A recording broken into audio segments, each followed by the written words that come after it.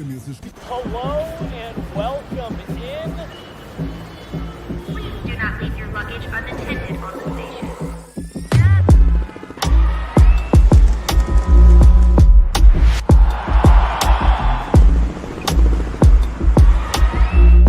Welcome to the show.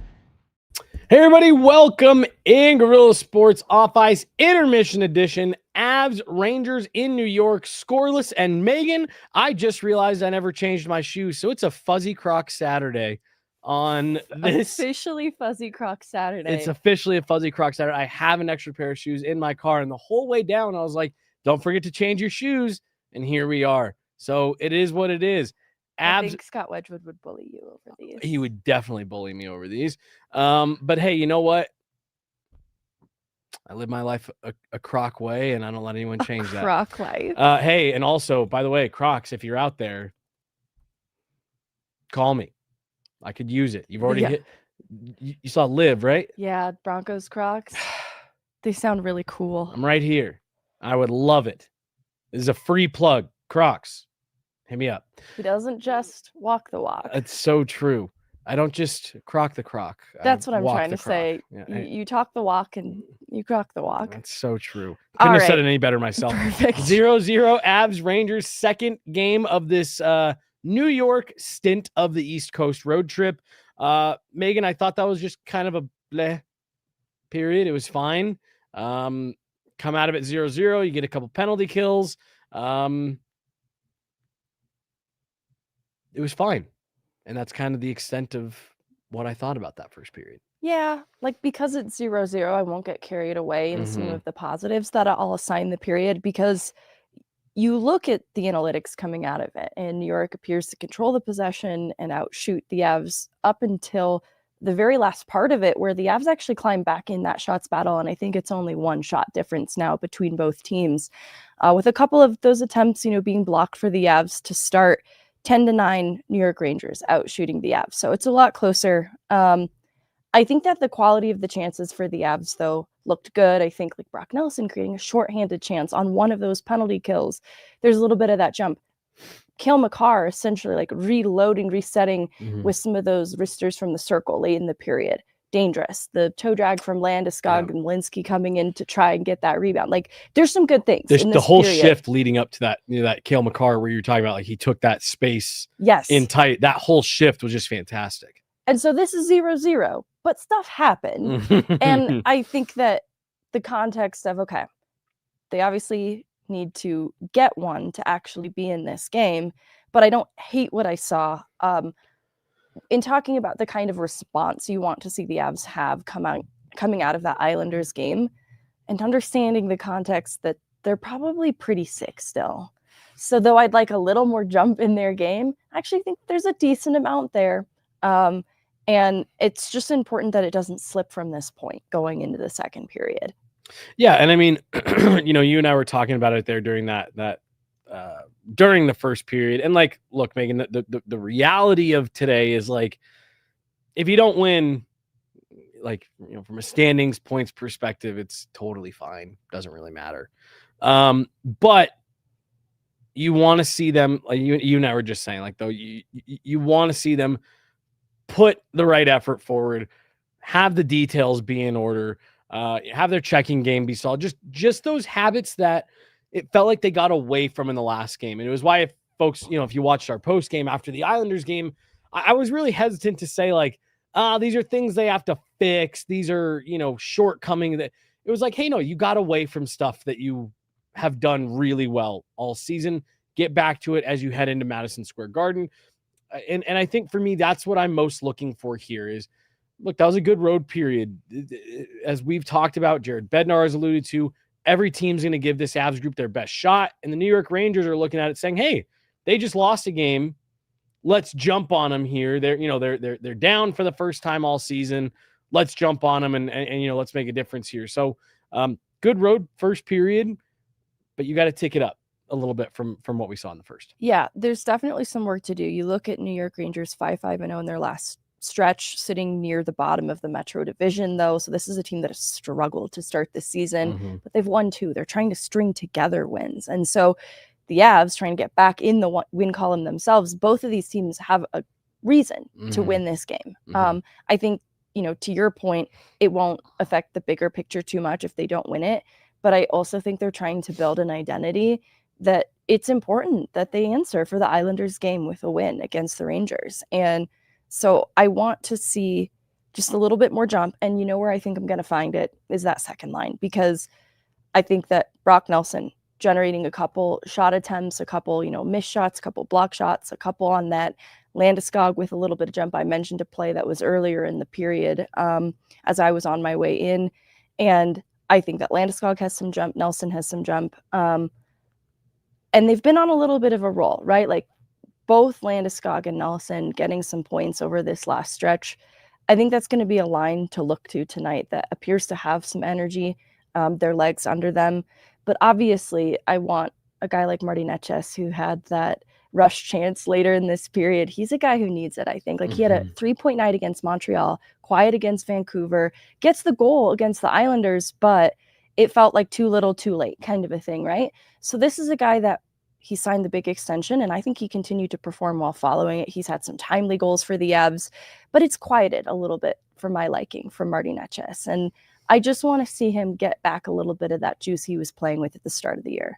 Well, and I talked about this in the mailbag this week with Marty Netches. Like I give him the credit because I think he has still continued to accumulate points and be productive. Totally. Even though I agree with your assessment right there of, I think he's gone a little quiet. And the argument that I was making in the mailbag of, hey, that's kind of what Mikko Rantanen used to do. That being said, Megan, I totally agree with you. You just want to get back to see him being dangerous and being a threat with the puck on his stick. And in the way that we saw in the first, let's say, 10 to 15 games where he was electric with the puck on his stick. He was making things happen. He was attracting eyeballs to him. I just think he's kind of lost a little bit of that. And then I'll add one last little thing here to, what you're saying of, you want to see them respond to the Islanders' loss with a win. Also, and again, we're not even at game 30, so you don't want to get crazy with watching standings here. And you have 2 games in hand, but suddenly the Dallas Stars are just 1 point behind you.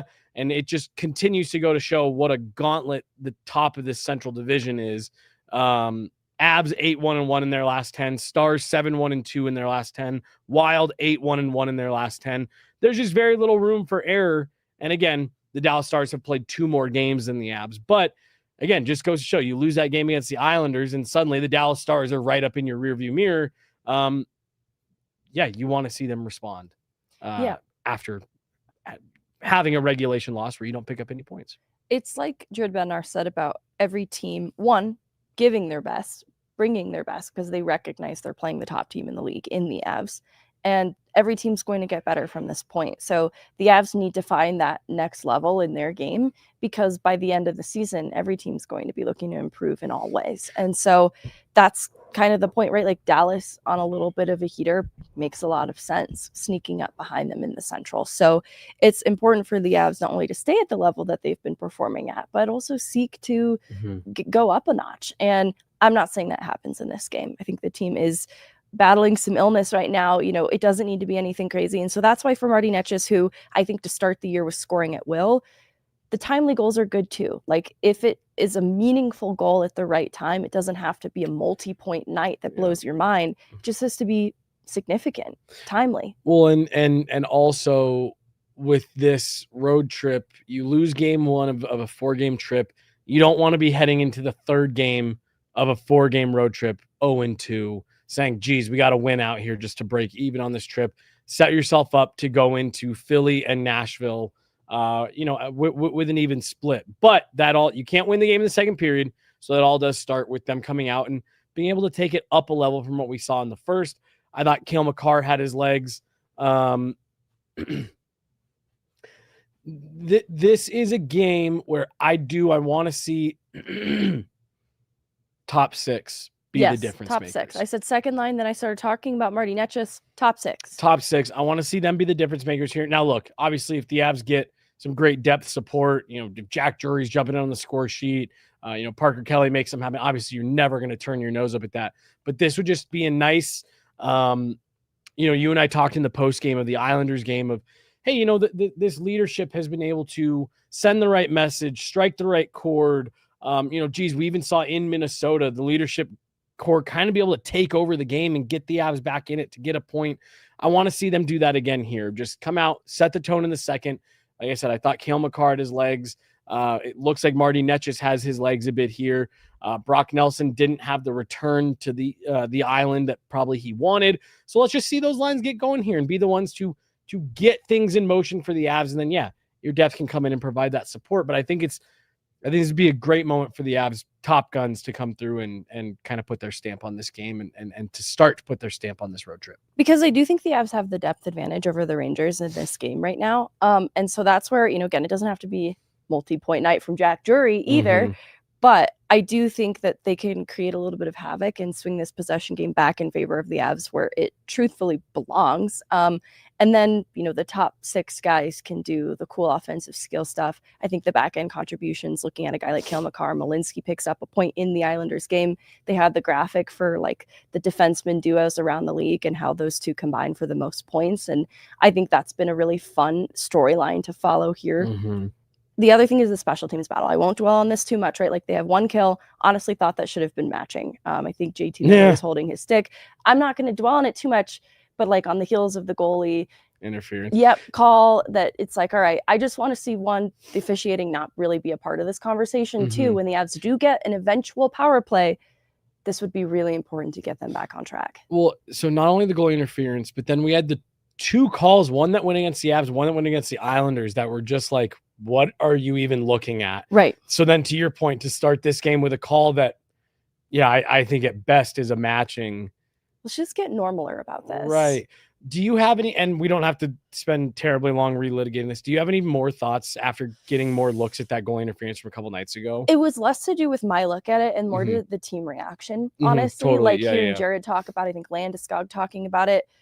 I have so much respect for the people who actually do this. So like my opinion matters none.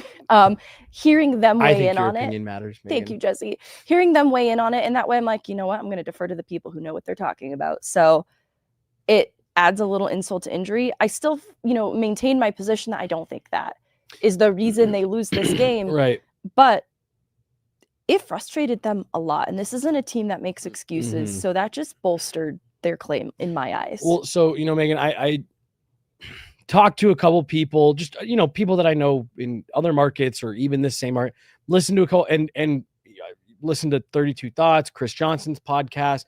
And the overall sentiment from folks was like, I thought that was coming back. Right. Like it seemed to be pretty unanimous of like that was a surprising non-call for goaltender interference. And it just furthered the conversation, like you and I mentioned the other day, of just like, Jared Bednar's comments. I'm getting all the goalie interference calls wrong when I watch them around the league. So I don't know what it is anymore. Because you're right. I've seen lesser get deemed goalie interference. And as someone who typically takes a stance of just protect the goalies, err on the side of caution, even if it's like, that guy wasn't even intentionally doing it. It's not that egregious. Just err on the side of caution, right?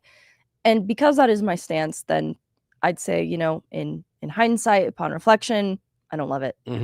I don't know. You maybe just need to put in a more black and white version of that rule where it's like, hey, if there's contact in the blue paint that isn't caused by a defense, like you need to maybe put in some verbiage that takes some of the objectivity or subjectivity, out of it. Because I just thought that was a crazy. It was really interesting to hear the widespread response, not just the Avs, not just Avs fans. I think Mackenzie Blackwood must have some weird body language too, because I feel like there was a late whistle for what should have been a stopped puck, a covered puck, even in this first period. So I don't know what's going on there. I'm praying for Mackenzie Blackwood and his glove hand. Yes.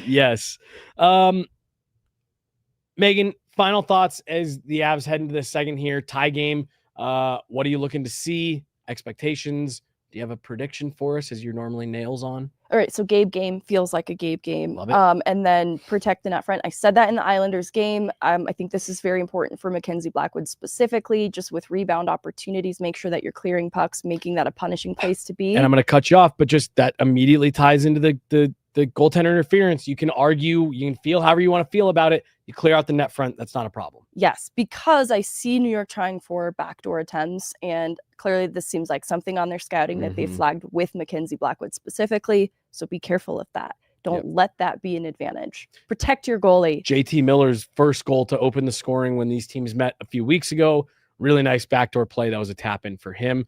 Gabe game, you heard it here for Meghan Angley first. Second period about to drop the puck. Avs Rangers will be back second intermission, and then again post game. We'll see you guys there. Guerilla Sports Off Ice Intermission Report. Love you.